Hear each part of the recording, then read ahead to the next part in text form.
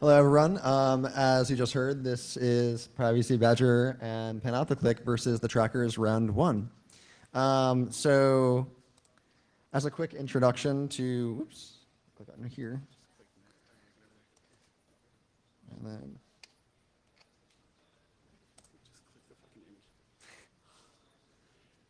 As soon as we figure out how slideshows work, we'll give our talk. I use a different slideshow software than Cooper does, so. There you go. Okay, cool. As an introduction to me, my name is Bill Buddington. I work at the EFF on various projects, one of which is HTTPS Everywhere, which you might know, another of which is Panopticlick, which we'll talk about in a minute. I'm Cooper Quinton. I'm also a technologist at EFF. I work on Privacy Badger. I'm running a CTF for EFF here at Hope, which you should check out if you haven't. And I do security research as well. That's me. So what is EFF? How many people here have not heard of EFF? All right, somebody has not heard of EFF. Awesome. And that's good because the next part of this talk won't work otherwise if everybody has heard of EFF. So earlier this year, my colleague Jeremy Galula did some tests which proved that T-Mobile was throttling traffic for all video streams if the customer had binge on service enabled. We got on Twitter, we published a blog post, and then we got on Twitter to ask the T-Mobile CEO, John Legere, about this. And he had this lovely response for us. I think that these questions are actually important, so I want to take a minute to respond to him. So, who the fuck is EFF anyway? Well, he could have looked at our Twitter profile, he could have Googled it, he could have asked a hacker, but that's okay, I can explain it to him. We're a nonprofit which has been around for 25 years. Our mission is to make sure that when you get online, your rights come with you. And we do this in a few different ways. We have an amazing legal team, which has been involved in many legal cases against the National Security Agency for their unconstitutional spying on Americans and civilians all over the world. The legal team, yeah, round of applause for them, they're amazing. The legal team's involved in dozens of cases each year, which range from filing amicus briefs to testifying in front of the Supreme Court. Also, members of the legal team run our Coders' Rights Project, which focuses on keeping security researchers and hackers from getting into trouble due to their research and defending them when they do. I should take a note here to also mention that we are not lawyers and none of this constitutes legal advice. If you need legal advice, go find one of our lawyers. So why are we stirring up so much trouble? Well, one, because it's our job, it's what our members expect us to do.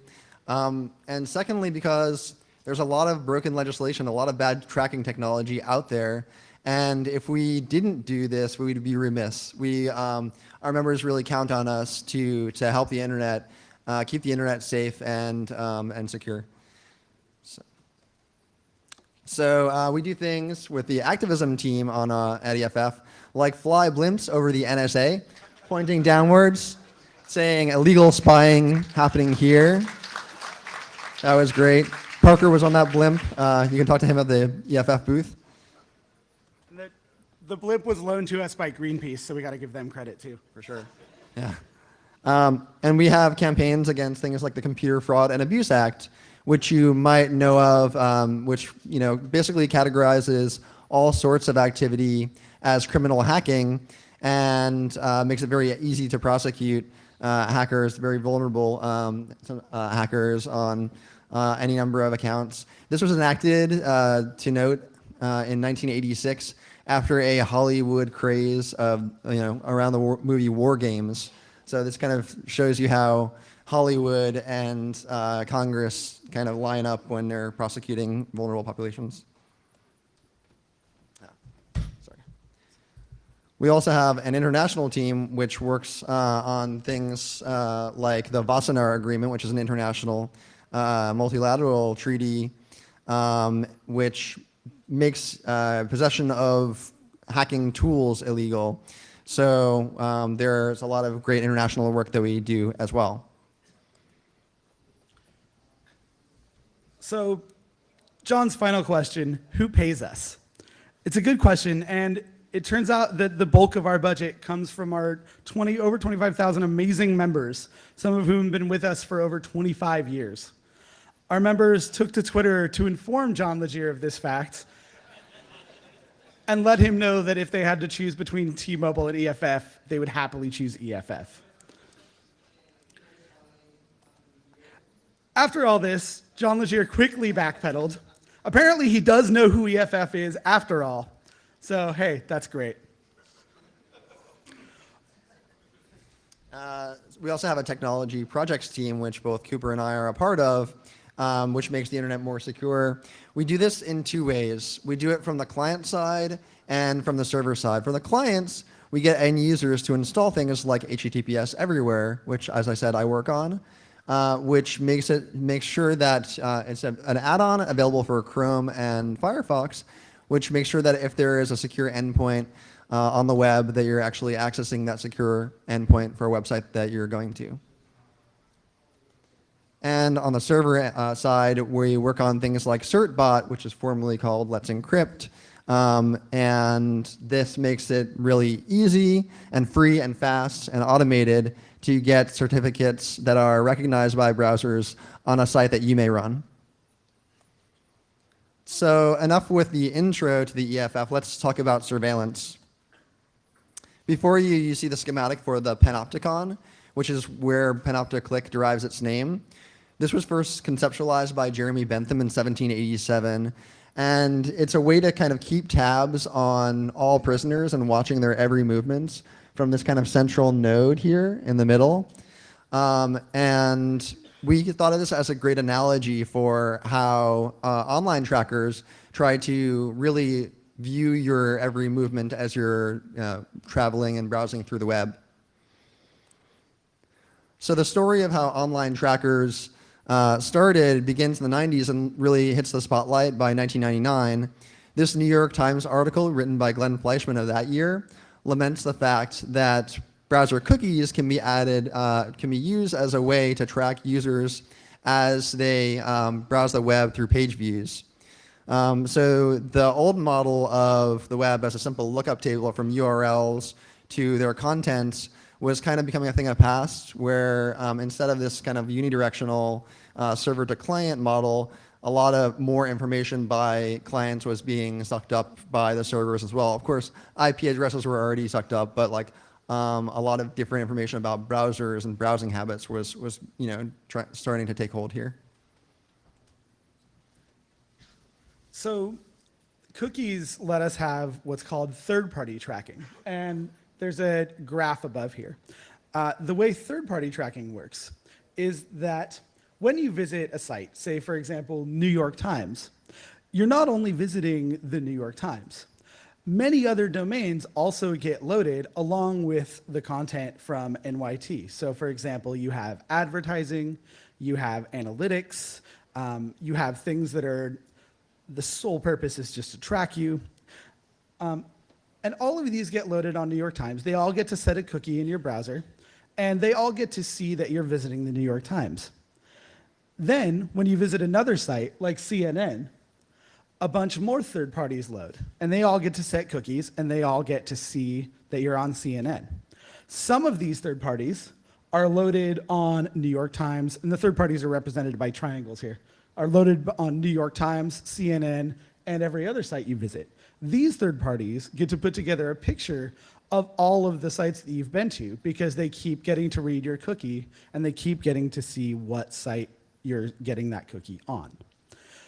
So this lets people track you around the web and breaks this sort of first-party origin of the web where you think that you're having this one-to-one conversation, but you're actually having a one-to-one conversation with many people listening in.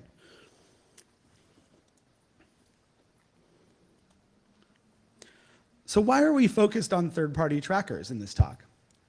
Well, there's a few things. One is that they're non-consensual. Like I said, when you go to New York Times, you're not expecting to talk to DoubleClick, Scorecard Research, and a bunch of other people. You're expecting to talk to the New York Times. Also, they're ubiquitous. Almost every website has third-party trackers. And there was a study that showed that almost 90% of news websites had third-party trackers. They're hard to avoid. Most people don't even know that this exists. Or if you do notice it, it's because you shopped for something on Amazon and then ads for that thing followed you around for the next month. They're hard to avoid. It's not always intuitive how these things work, and installing things like ad blockers doesn't always do the trick. And there's a strong financial incentive. Third-party tracking is big business. It's a multi-billion-dollar industry. And it's been around for a few years, and it's only growing. So who do we see doing this third-party tracking? There's some key players. Some that you've heard of, like Facebook and Google, DoubleClick. You've probably heard of AdThis, right? Google and DoubleClick, they're doing it for ads. Facebook is doing it for ads, and who knows. AdThis is, doing it for money. And there's invisible ones like Scorecard Research. Scorecard Research is on a bunch of websites, and I still can't figure out what service they provide. Axicom isn't on websites, but they're a data broker. They buy data from all these guys and then sell it back to other people about your browsing habits, what you're buying, et cetera, et cetera. So third-party tracking is also useful for spies. From the Snowden documents, we've seen that the NSA really likes piggybacking off of Google and Yahoo tracking cookies to help them track people around the web. So it's a pretty big problem. So you can see that previously we had this model of certain sites having cookies on just like tracking them and that's great. Maybe you can actually just clear your browser. So maybe that's sufficient. So the model before this was all the cookies all the time, just gather them all, just like Cookie Monster, right? But in 2009, 10 years later from the original article I showed, the situation had gotten so bad and the methods so advanced, but that this article by Ed Felton in Freedom to Tinker nostalgically reminisces on the good old days when trackers would just use cookies to track you instead of all the other things that they're doing now. The sentiment that if you're going to track users, at least be transparent about it. The view of cookies being this transparent way to track users shows how bad things had gotten just by this point. So what happened? How did things get this bad over the span of a single decade? Well, new techniques were being developed that utilized the pervasive inclusion of browser plugins such as Flash, Java, and Silverlight as persistent stores of data. And they do this in a very underhanded and covert manner.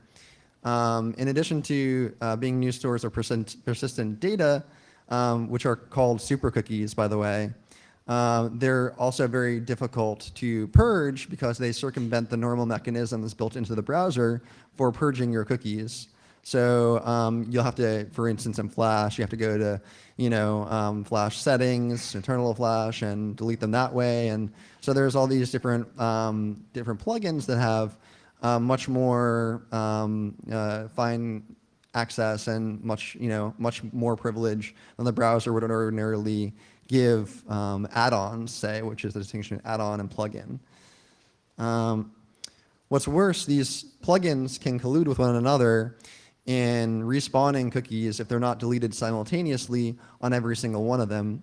In 2010, security researcher Sami Kamkar came up with this idea of the ever cookie. And what the ever cookie is say you delete cookies on Flash and Silverlight, but not in Java, then there's this Java code that uses and immediately repropagates the cookies to the other two platforms and maybe even your browser cookies on your browser itself. In this way, these super cookies turn into these very persistent ever cookies, and they achieve a level of persistence that's very, very difficult to break. In addition to actual data stores, trackers started to rely on these little bits of information left by your browser every time you access a site, such as fonts and also the headers that you send upon every web request. They're able to basically combine these bits of information into a cohesive whole, or this unique fingerprint of your browser. So basically, if you use both cookies and fingerprinting, then trackers can really, have this kind of pervasive view of your actual presence on the web. It can actually, follow you in a very fine-grained way. So we were confident at EFF that browser fingerprinting was possible. And as data-driven technologists, we wanted to gather more concrete statistics and learn more about the information left by users' browsers. So in January 2010, we asked volunteers to participate in this experiment that we branded Panopticlick. The site, when you visited it, did these fingerprinting techniques, in an opt-in way. And users were able to determine what exactly their fingerprint looked like. And it also allowed us to gather statistics about web trends in general and how fingerprintable users' browsers are. So a quick math detour here. I might lose you, but I'll bring it back. So a uniqueness property, when we talk about uniqueness, that's measured in the form of entropy. Entropy is a quantity measured in bits, so it's log base 2. In order to know how many bits you need to uniquely identify someone, you take the log base 2 from the population that you're measuring from. So for instance, to determine how many bits of entropy you need to find out the identity of someone on Earth, you need 32.7 bits of entropy, because 2 to the 32.7 is 7.1 billion, or about how many people there actually are on Earth. So the change in entropy is this quantity or this term that's called surprisal, because it's basically measuring how surprising a new bit of information is when you learn something new about someone. How much entropy, does that level of entropy change over time, or like when you learn something new about someone? So that's called surprisal, and it's determined from this equation here. Now this is kind of best illustrated by example. The surprisal, or the amount that the entropy changes if you learn that someone is born on or is a Capricorn, is log base 2 of the proportion of the population that's a PR parentheses that actually is a Capricorn, or about log base 2 of 1/12, or about 3.58 bits. The change in entropy when you learn someone is born on January 2nd is log base 2 of 1 out of 365, or about 8.51 bits. So you can chain together independent facts about someone to really kind of to add up these bits of entropy and get a good idea of what their exact identity is. These need to be independent facts about someone. In this case, these are not independent facts. If you know someone's born on January 2nd, you already know that they're Capricorn. So it's not adding anything new to your knowledge about that person. So with Panopticlick, the independent facts that we measured were a combination of headers and JavaScript detected properties. And the population size being measured was everyone that ever took the test. The pool of all volunteers, basically. Users that had JavaScript turned off were obviously better protected in this study. In that case, we only had to rely on the header information that was being delivered upon the web request. In May 2010, we published our findings in this paper by our chief technologist, Peter Eckersley. And we described how the overwhelming majority of users' browsers had this uniquely identifiable fingerprint. In fact, 84% of people's browsers had uniquely identifiable fingerprints. Along with, if you had Flash installed on your browser, this number actually jumps to 94%. So this was kind of a good way to drive home the point that users really needed to take concrete steps in order to protect their browsers and their ability to feel safe against trackers in their browsing. If this wasn't bad enough, in the intervening years since we originally published the Panopticlick findings, we've seen more and more advanced forms of tracking appear. Show of hands, how many people know what this illustration means? Yeah, a few of you? I do. So this is something called canvas fingerprinting, and it basically renders text onto an HTML5 canvas element, and even little changes in your fonts or your operating system configuration, things like anti-aliasing or kerning or whatever, result in different images being rendered here. And if you take that image and serialize it and run a hashing function over it, then that's a pretty good metric of how unique your browser is. Using a study with Mechanical Turk, they were able to determine that 5.7 bits of entropy are determined by this alone. And this is a technique that first premiered on a paper called Pixel Perfect in 2012. And since then, even by 2014, it was widely implemented by trackers. You can see here that this is an example of canvas fingerprinting by a library, open source library called Fingerprint 2. So in order to maximize the chances of the generated image being unique, you can see this kind of complex overlay of different shapes, colors, fonts, UTF characters, and this increases the chances of you having a unique canvas fingerprint based on this image. Over time, canvas fingerprinting has really gotten only smarter and smarter. And it became a big problem when trackers AddThis and Ligatus implemented it in 2014. As much as 5% of the Alexa top 100,000 sites were found to be tracking users in this manner. A white paper released in July 2014 titled "The Web Never Forgets" really shone a spotlight on these kind of tracking techniques. And after a flurry of media attention, these top two canvas fingerprinters actually stopped doing it and stopped doing the shady practice. And so quick shout out, one of the authors of that paper, Ganesh Akar, actually came and worked on Privacy Badger and contributed a patch to detect canvas fingerprinting.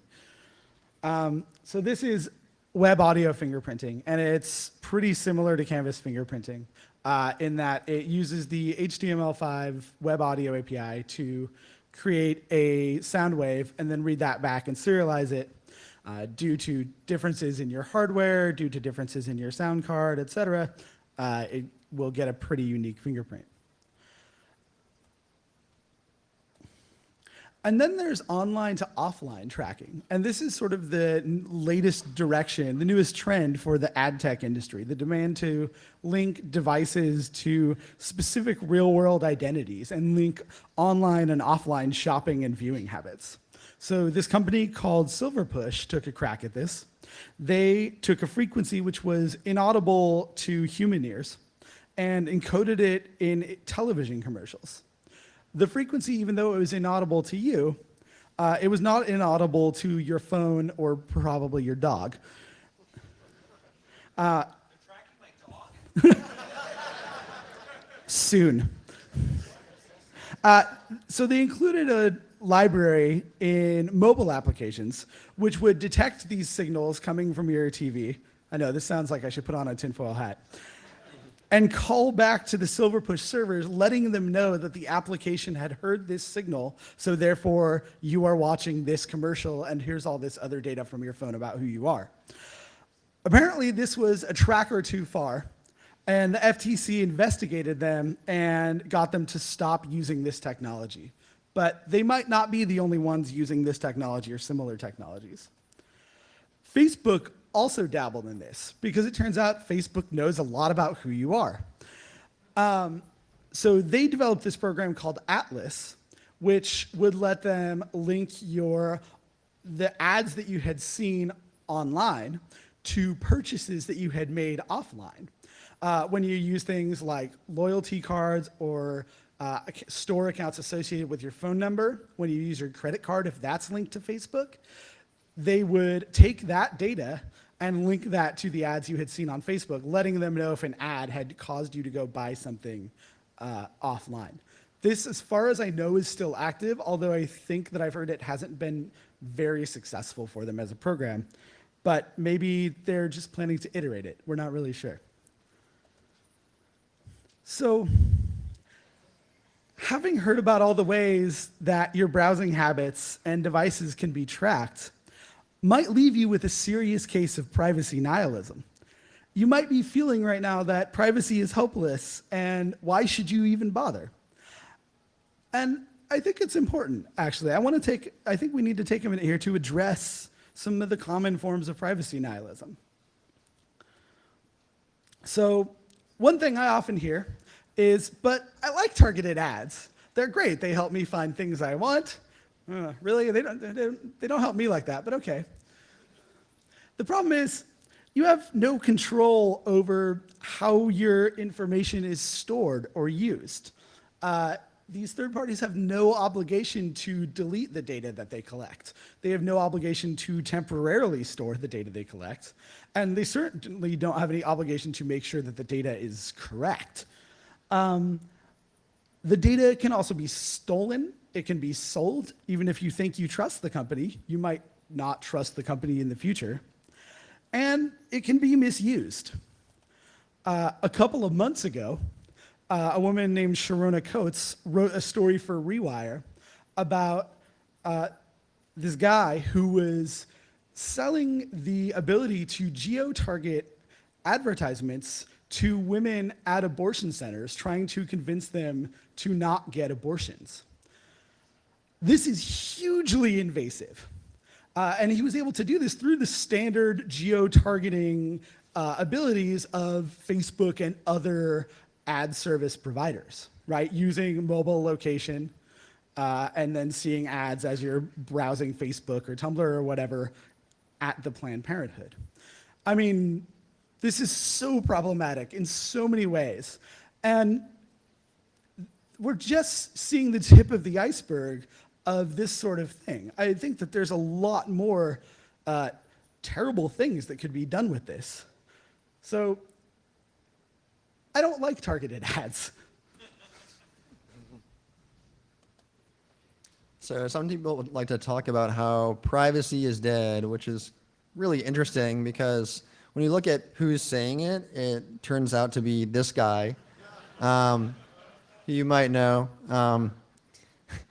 But Mark Zuckerberg, CEO of Facebook, likes to declare privacy is dead, and yet he turns around and buys $30 million worth of 4 houses that surround his house in order to have just the privacy that he says everyone else shouldn't have.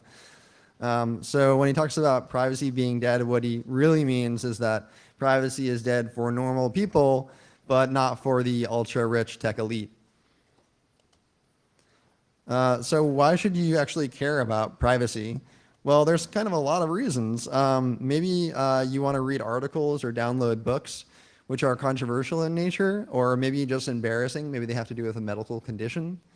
Maybe you want to protect yourself against little bits of data that, when put together, could be more embarrassing or lead to more of a cohesive picture of who you are and what your life is. Maybe you want to avoid geo-targeting of ads, for instance, what Cooper just mentioned, the visiting of an abortion clinic. Or maybe you just want to avoid the chilling effects of speech entailed when you know that someone is always looking over your shoulder and gathering data about you. So privacy lets us make mistakes. It lets us play with ideas. It lets us grow as individuals. Who here has ever had a thought that they don't want shared with the world? Yeah. I mean, everybody's like thinking of their thought now and shamed. Privacy gives us the space to grow and define who we are, and it's hugely important to a free society. So Don't give up hope. Yeah, hope. Get it? That's the conference we're at. That was my Okay. joke. I'm sorry. He made me tell it. So we can actually categorize the privacy protective efforts into 3 distinct categories: the good, the bad, and the ugly. So for the good, Flash is dying, and it's dying really quickly. Yeah, and good riddance. In the last 5 years, the appearance of Flash has gone from just below 50% to just above 20%, and it's likely this trend will continue. And it's not just Flash. Across the board, the old plugins that had that system-level access that browsers didn't want to give are going the way of the dinosaurs. So that means, at least theoretically, the browser APIs can be utilized to rein in some of the worst abuses of the past. Other good efforts to stop tracking include the Tor browser, which makes your browser look like every other instance of the Tor browser that's using it currently. This basically makes trackers' data collection ineffectual completely. Caveats are that it's not the most intuitive thing to use. It's also that it might be slow for some people. We've heard that. And on the upside, a lot of the privacy protective measures that have been included in the Tor browser are making their way upstream to Firefox. There's an active effort to bring those patches back to Firefox, so there's good news on the horizon. Also, Firefox tracking protection is a great way. This is on by default within private browsing mode, and this uses the disconnect and tracker blocking mechanisms in order to protect you when you're using private browsing mode. Also, research projects like OpenWPM are great. OpenWPM basically tracks first parties and their inclusion of third-party trackers across time and gathers that data and basically scrapes the Alexa top X number of sites every month to figure that out and get those web trends. So more research in this area is really needed, and the more data we have about trackers, the more effectively we can combat them. Then we have efforts that are bad at stopping trackers, like Incognito Mode in Chrome. To be fair, Incognito Mode is not really intended to be used against trackers. It's intended to prevent local data about your browsing from being stored on your own computer. Ad blockers. Oop. Oh yeah, and it doesn't really prevent those pesky fingerprinting techniques that we saw earlier. Ad blockers are also a pretty bad method generally at preventing trackers, although there are some exceptions, since most of them don't even block trackers directly, and they don't block them at all sometimes, especially the invisible ones. Sometimes ad blockers don't even block ads from being loaded on the page. They simply stop them from being displayed on the page that you're viewing.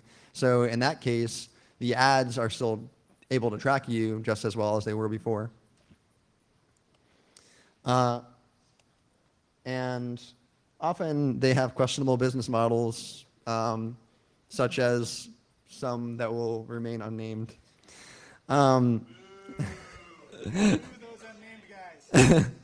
And also, the W3C's do not track policy gives users a way to kind of flag that they do not wish to be tracked by two trackers, but there's no enforcement mechanism whatsoever with this policy.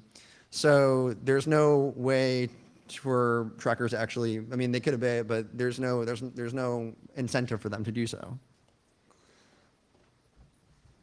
So then we have the ugly, and these are incentives by the ad industry.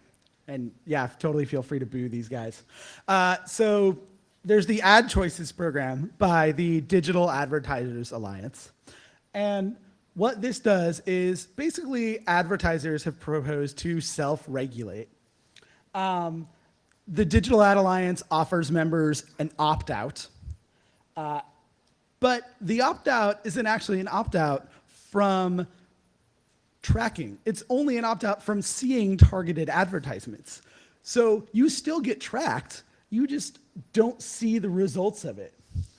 There's still no requirements on what data they can or cannot collect in store.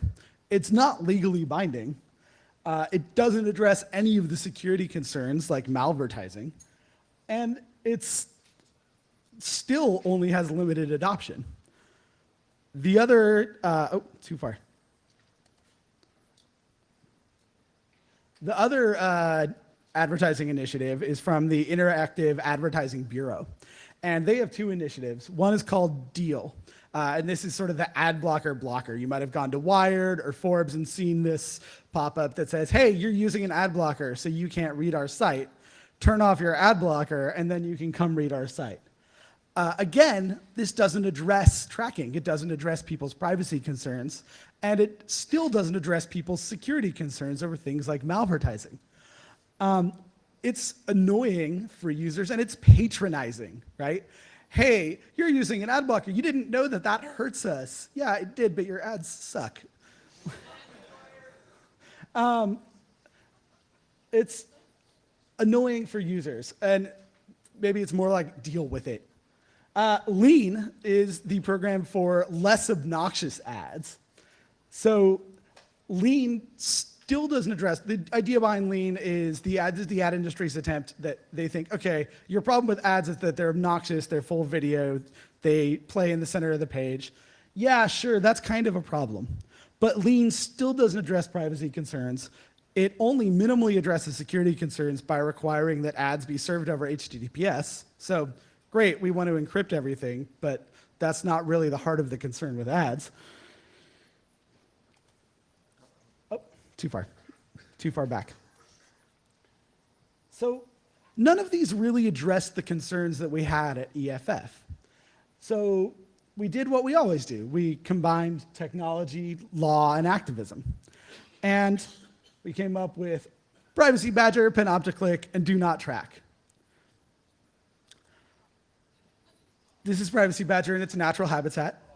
Yeah. So Privacy Badger is a browser extension. It's free and open source software. It focuses on completely blocking trackers from even connecting to your browser. Unlike most tracker blocking and ad blocking technology, which uses a blacklist, Privacy Badger uses a heuristic to just try to figure out dynamically what's tracking you in particular. And it lets honest actors, people that aren't actually trying to track you, a way out. Privacy Badger tells sites you do not wish to be tracked by sending the W3C DNT=1 header. It then looks for third parties that get loaded as you browse the web.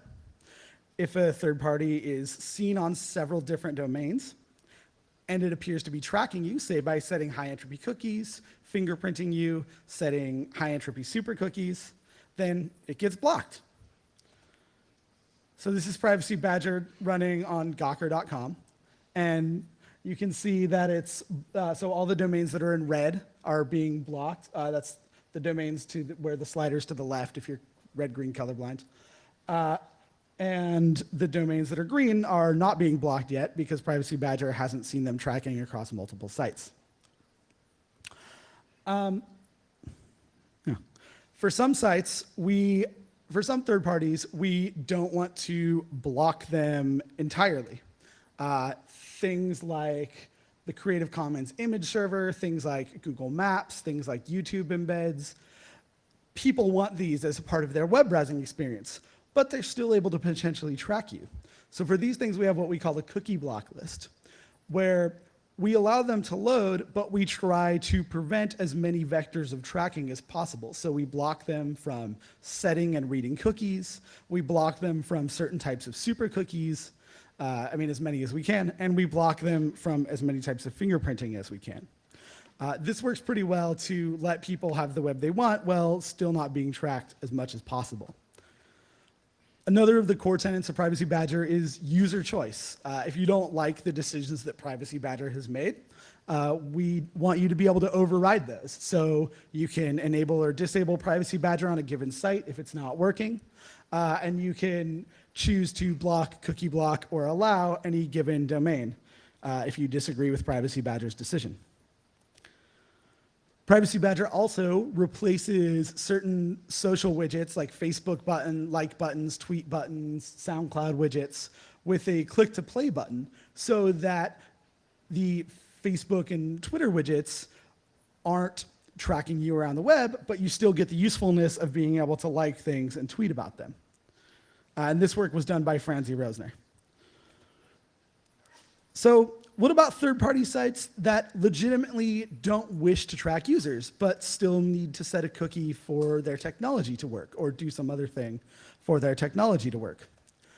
So for those, we have our policy side, which is our do not track policy. This is different from the W3C's do not track policy. So we've written a document which states that users sending the DNT header won't be tracked, and I'll explain what that means in a second. It's posted, anybody can post it at a specific location on their website. And we think that because you're posting this document on your website, if you violate the terms, the FTC can take action against somebody who does this. The other side of this, so what it does is it says user identifiers will be discarded. Logs will not be kept longer than necessary, a specific determined amount of days. I think it's like 7 or 9 in the document. Data can be kept for debugging or security until it's no longer necessary, then it must be destroyed. And data can be anonymized or aggregated for analytics into sufficiently large buckets of people.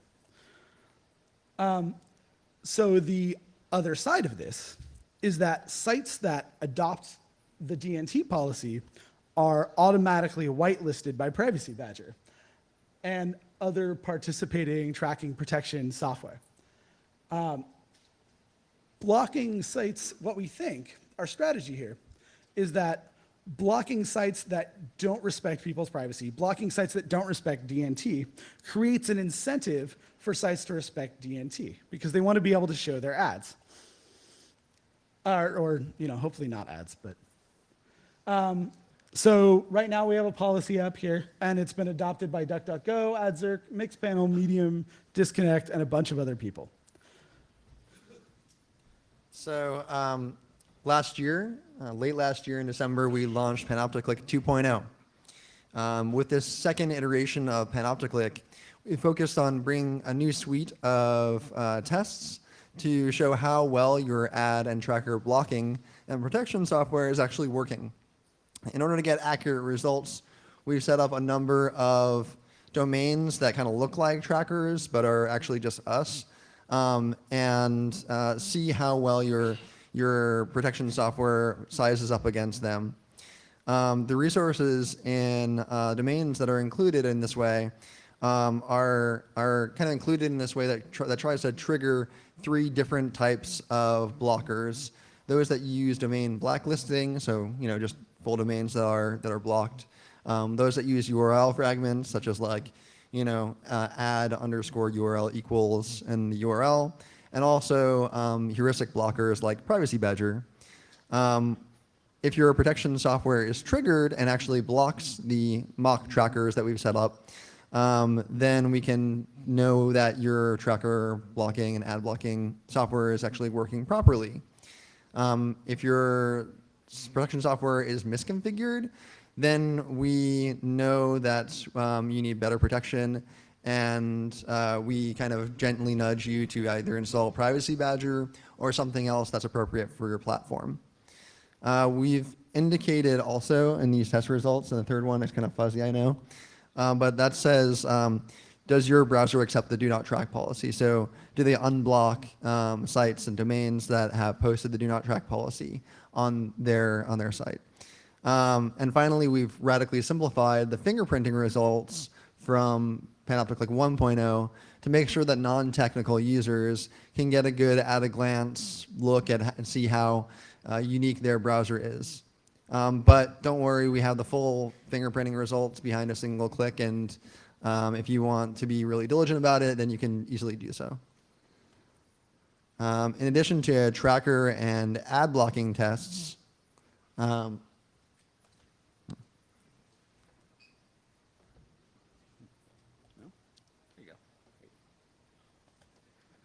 we go. We've rewritten the backend completely in Python Flask, so you can actually see what it's doing and how it's working. We've, all of our, projects at EFF are on GitHub, and you can easily clone them, and you can actually, really easily set up a Panopticlick instance yourself, because we've made it Dockerized, and you can, kind of run Docker and run it yourself. We've also added 6 new fingerprinting metrics on our own Panopticlick. Canvas fingerprinting, OpenGL fingerprinting, which is kind of similar to Canvas fingerprinting. Also header-based metrics like DNT header, language, platform, and browser touch support, which is a JavaScript property. And these kind of give you a more accurate idea of your browser's uniqueness. So we made the fingerprinting results. We've also made these fingerprinting results epoched. So we're basically measuring your browser up against browsers that we've seen recently, instead of like the browsers that we measured 6 years ago when we first started Panopticlick. That's to get a better idea of how unique your browser is right now, rather than everything that we've ever seen. So since launch, we've seen the tracker test run over 800,000 times, which is a great success for us. We've seen ad and tracker protection improve on 15,500 unique IPv4 addresses, which is awesome. If this count on the bottom looks small compared to the top, we'll consider that if you changed IP addresses between installing the protection software and testing again, or if you're using a VPN, it's only counted once, or if you're using Tor, it's only counted once. So there's a lot of things that we can't measure like that. So we've seen a lot of success with this tool. Yay, ponies, yay! But we're not done yet. We have some plans for the future in store. First of all, we're planning to open up the anonymized data as best we can, because obviously this is dealing with people's private data too, so we want to be very careful about that. So we can take advantage of all the data that we've collected over the years. In addition, we started using it as a testing framework for Privacy Badger to make sure that when Privacy Badger blocks domains, it's actually acting properly and doing it in the right way. And in the future, we hope other browsers will adopt Panopticlick for their testing. So in Privacy Badger and Do Not Track land, what we would like to do in the future is improve the heuristic, reduce false positives, detect and block more types of super cookies and fingerprinting, and get wider DNT adoption. So what do we do from here? Oh, sorry, I stole your slide, Bill. So first of all, you can help us by actually using Privacy Badger, using Panopticlick. And if you have friends or family that you want to be protected, encourage them to use it as well. It's better to get everyone you know using these tools, right? Because the better protection they have, the more safe and private web we have as together. Also, if you you adopt the DNT policy on your own sites, the more the DNT policy is adopted, the more teeth it has, really. Help us out with code. Donate to EFF. These are important projects which we would love to continue, and only with your member dollars can we actually do it. So we need better tools in the browser still. We can't do everything in extension land. We need built-in tracking protection. Firefox and Opera have it. That's great. We need double-keyed cookies and super cookies. This is a cookie which is keyed also to the third party and also to the first party that was seen on. So the cookie would be keyed to double-click on New York Times. We need browsers which are hardened against fingerprinting. Some of this work is being done in Firefox. A lot of it has been done in the Tor browser, but it needs to be happening in Chrome, it needs to be happening in Safari, and it needs to be happening in Opera. We also need better controls for blocking and clearing super cookies. How many of you know how to clear Flash super cookies? I can't see hands. But yeah, like 1 or 2 people probably, right? I don't actually know how to do it. I think you have to install Flash to clear them. You have to go to a Flash applet on macromedia.com. It's a nightmare. We also need new business models for the web. The web until now has been based on tracking ads, but it doesn't have to be. It could be, we could try out memberships, donations, crowdfunding. If a potato salad can get crowdfunded for hundreds of thousands of dollars, I think your website can do just fine. Micropayments, there's a lot of really cool work going on there that I would like to see take off. Or at the very least, non-intrusive advertising. Have display advertising. Have ads that don't track people. So we don't want to leave you with the feeling, leaving this room, of despair. That's not our goal. We want to really tackle a hard problem, but like this quote says, the situation isn't hopeless. It's far from it, and we're working on tools to make it much better. So don't be a privacy nihilist. Be a privacy vegan. We need adamant people out there to protect yourself on the web and help us do it. So, is advertising the best way to fund the web? It's hard to say. It's certainly here right now. Maybe we can change that. Maybe we can't. But if advertising is the best way to fund the web, and if it's what we're going to live with, it must stop violating users' privacy. Thank you.